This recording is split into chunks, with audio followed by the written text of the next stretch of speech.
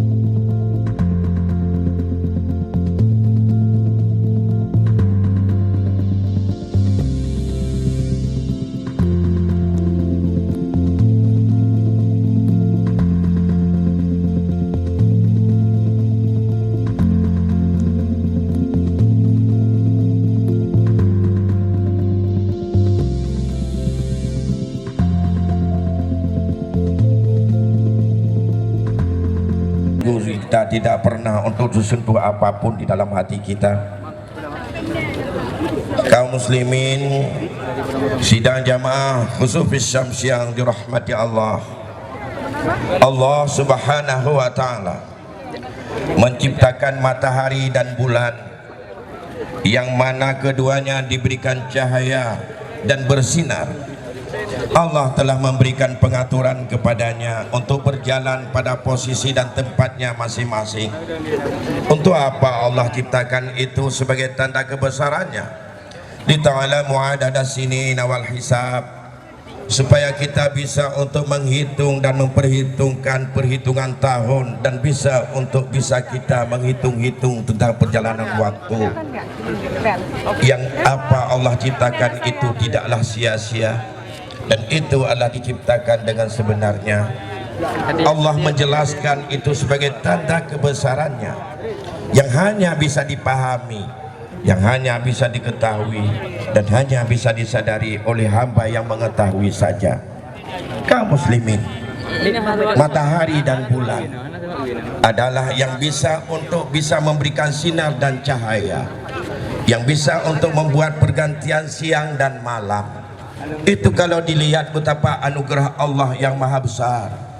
Bayangkan kalau Allah untuk apa yang kita saksikan saat ini dan apa yang disaksikan oleh saudara-saudara kita di tempat-tempat tertentu, andai kata Allah memberikan kegelapan itu yang terus menerus, Allah memberikan juga cahaya yang terus menerus, tanpa perbedaan antara cahaya dan gelap, tanpa ada pertukaran antara siang dan malam.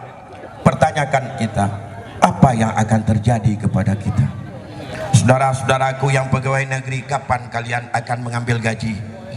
Bagaimana orang bisa menghitungkan waktu?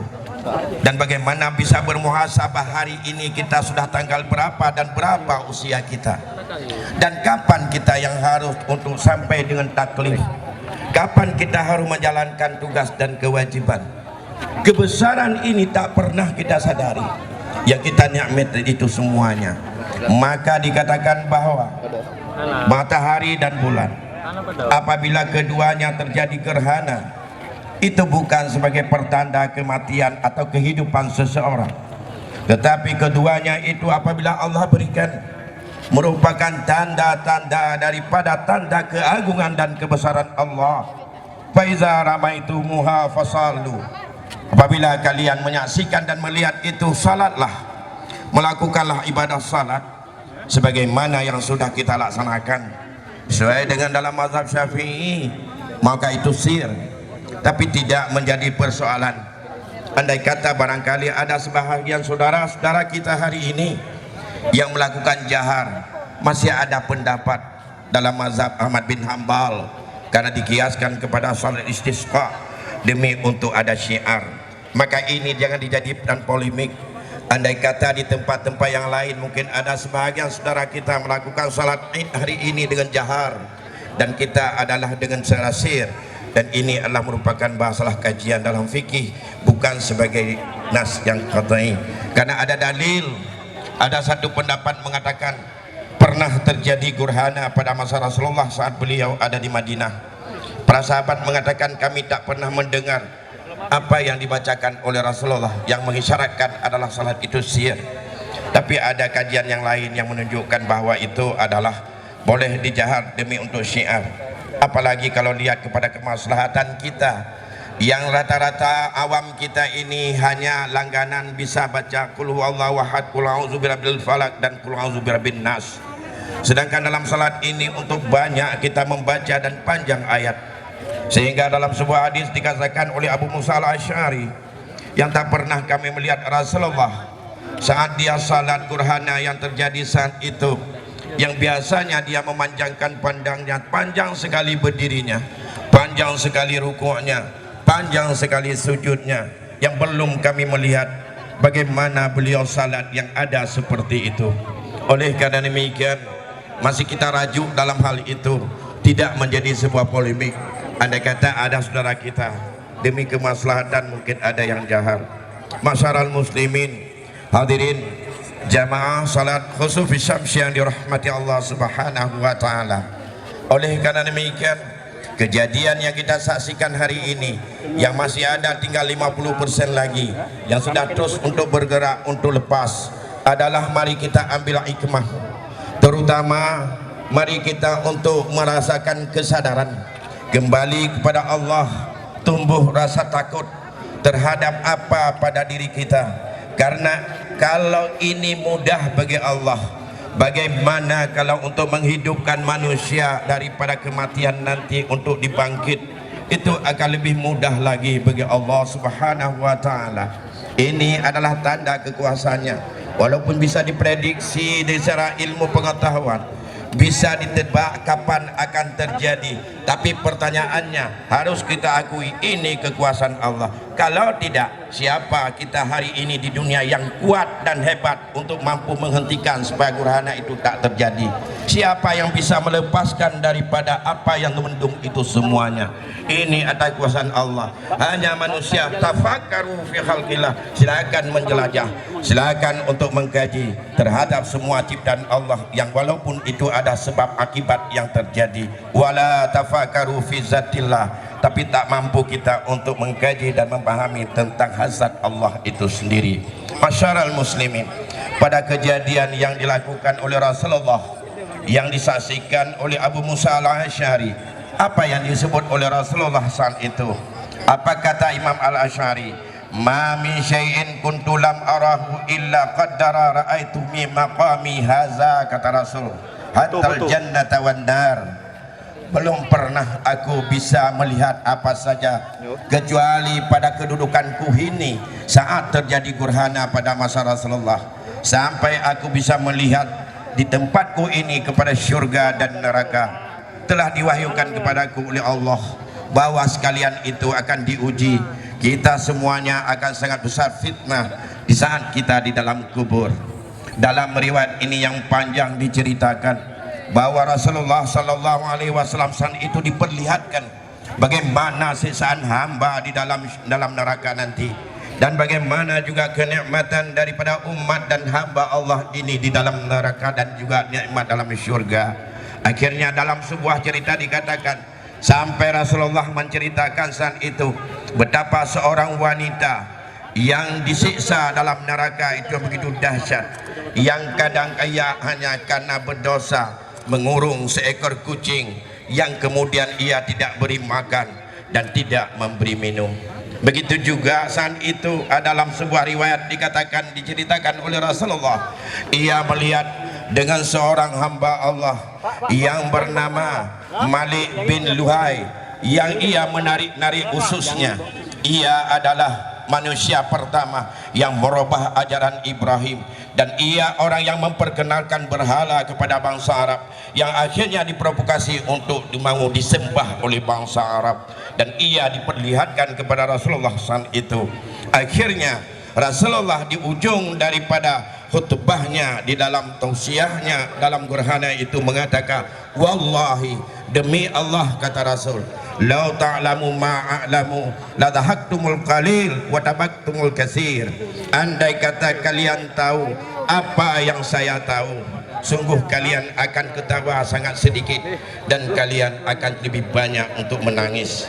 Masyarakat muslimin jamaah khusus yang dirahmati Allah Subhanahu wa taala, bayangkan hari ini kepada kita, anak kita, saudara kita, keluarga kita, ibu dan bapak kita, istri kita, bagaimana kita bisa banyak ketawa kalau kita lihat dengan fenomena apa yang terjadi di hadapan kita, perilaku hamba Allah yang lebih menjadi-jadi dalam rangka ingkar dan untuk melakukan berlomba-lomba kepada perbuatan terkutuk yang dilaknat oleh Allah Subhanahu wa taala.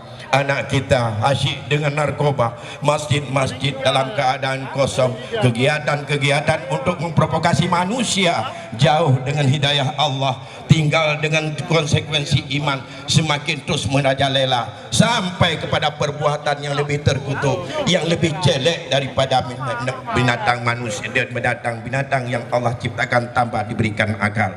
Betul-betul asfala safilin, betul-betul adal, lebih-lebih sesat.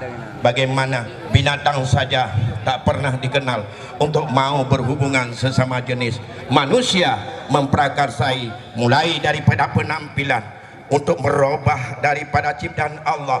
Setelah Allah ciptakan kita laki-laki tapi ingin dia berpenampilan perempuan.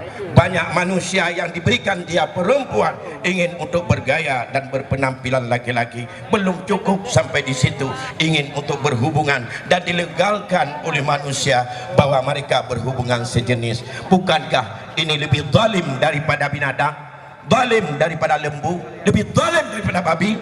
Inilah yang merupakan tanda terkutuknya kita. Masyarakat muslimin jamaah khusus rahimakumullah. Oleh karena demikian, mawas dirilah kita, sedang bermacam-macam diperlombakan dalam rangka menghancurkan akidah kita, sedang dihancurkan agama ini dengan bermacam lini dan cara untuk dimasuki. Maka pantas kalau hari ini di saat Allah tunjukkan kebesarannya, Allah tunjukkan kehebatannya, pantas kita kalau melelehkan air mata bila kita lihat anak kita asyik dengan narkoba, lihat kepada istri kita yang asyik membuka aurat, lihat kepada saudara-saudara kita yang tak pernah untuk mendengar daripada untuk mendengar panggilan azan. Bukankah ini semuanya yang harus kita melelehkan air mata tunduk kehadirat Allah? Masyarakat muslimin jamaah khusus yang dirahmati Allah, akhirnya mari kita untuk tumbuh sedikit rasa takut kepada Allah dengan melihat dan setiap Allah perlihatkan daripada tanda kekuasaannya. Jangan dianggap bahwa itu hukum alam, jangan dianggap bahwa apa saja yang Allah tegurkan kepada kita ini sudah memang saatnya berlaku dengan hukum alam. Kalau itu yang berlaku, percayalah dalam hati kita sudah dihinggap daripada pemikiran-pemikiran daripada orang-orang PKI yang tak pernah mengenal Tuhan tapi percaya kepada alam sebagai Tuhannya. Rasulullah sallallahu alaihi wasallam selalu untuk memperlihatkan kepada kita betapa rasa takut bahwa dengan tanda ini semakin dekat dengan kiamat. Kalau ini kita sadari bahwa apa saja yang kita lakukan Allah persinggahkan kepada kita hari ini, ini adalah bukan gratis, bukan cuma-cuma. Sampai nafas yang kita keluarkan dan kita tarik dalam setiap saat diminta pertanggungjawaban oleh Allah. Harta yang kita pakai hari ini diminta pertanggungjawaban oleh Allah. Bayangkan dalam hadis Rasulullah yang diriwayatkan oleh Tirmizi, belum bisa bergerak kaki daripada seorang hamba ini di hari akhirat sebelum hamba ini pertanggungjawabkan kepada Allah dengan 4 perkara. Yang pertama akan ditanyakan dari umur kita kemana yang harus sudah kita pakai, umur yang Allah berikan mulai had taklif, mulai kita dibebankan beban hukum, Mana saja yang harus kita pakai? Apakah itu untuk bersembah kepada Allah? Apakah mencari rezeki dengan yang baik, berhubungan dengan baik sesama manusia, tidak untuk saling membenci dan untuk menimba daripada hasud dan serta untuk dengki, supaya ada kita saling perpecahan dan untuk permusuhan? Kemana yang harus kita pakai? Secara jujur tidak bisa untuk kita menggunakan daripada backing, dan di situ tak berlaku lagi ada mediasi, dan tidak bisa untuk, tapi harus kita berkata jujur. Yang kedua ditanyakan tentang apa yang kita pakai, walaupun satu sandal, walaupun satu kopiah, walaupun mobil yang jelek, apalagi yang besar, Allah akan pertanyakan, di mana kamu ambil uang itu untuk kamu beli, dan kemana kemudian yang kamu pakai itu semuanya. Tidak ada yang bisa gratis, dan harus kita jawab, dan tidak bisa dipakai untuk adanya mediasi, dan di situ nggak berlaku adanya apakah yang disebut dengan penasihat hukum atau untuk dibuat pengacara. Tak berlaku pengacara dengan Allah, dan itu harus kita jawab.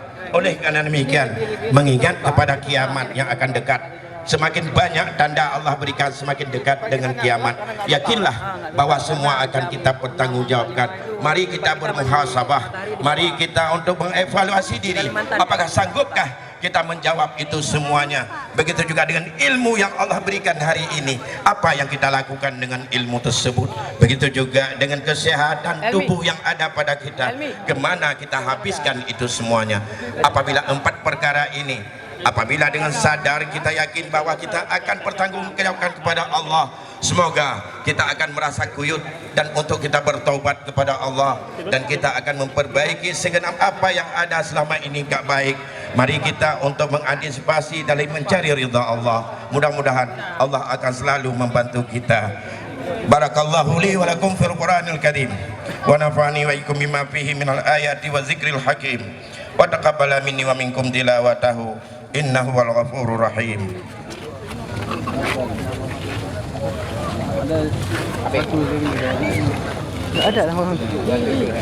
Alhamdulillah, alhamdulillah nahmaduhu wa nasta'inuhu wa nastaghfiruh wa na'udzu billahi min syururi anfusina wa min sayyiati a'malina. May yahdihillahu fala mudhillalah wa may yudlilhu fala hadiyalah. Asyhadu an la ilaha illallah wahdahu la syarikalah wa asyhadu anna sayyidana wa nabiyyana Muhammadan abduhu wa rasuluhu la nabiyya ba'dah. Allahumma salli fa sallim ala sayyidina Muhammad wa ala alihi wa ashabihi ajma'in.